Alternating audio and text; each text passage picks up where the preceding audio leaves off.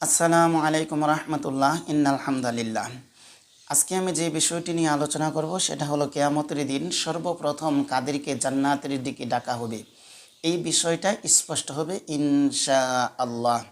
এখন আমি যে হাদিসটি নিয়ে আলোচনা করব এই হাদিস থেকেই স্পষ্ট হবে। হাদিসটি হলো মেসকাতুল মাসাবিহ, দুর্বল হাদিস 2308 নম্বর হাদিস।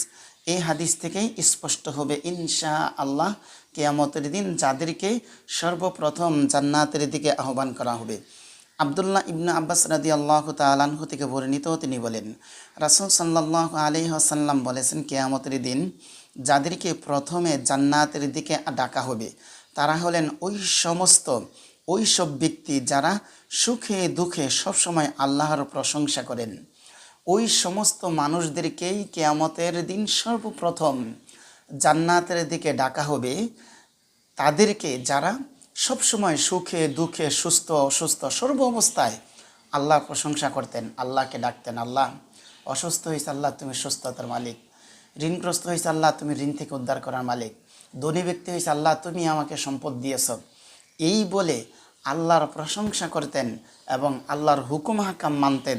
তাদেরকেই সর্বপ্রথম জান্নাতের দিকে ডাকা হবে। আল্লাহ তাআলা আমাদের সবাইকে সবসময় সুস্থ অবস্থায় অসুস্থ অবস্থায় ধনী গরিব সর্ব অবস্থায় আল্লাহ সুবহানাহু ওয়া তাআলার প্রশংসা অর্থাৎ আল্লাহ সুবহানাহু ওয়া তাআলার হুকুম মানার মতো তৌফিক দান করুন। আসসালামু আলাইকুম ওয়া রাহমাতুল্লাহি ওয়া বারাকাতুহু।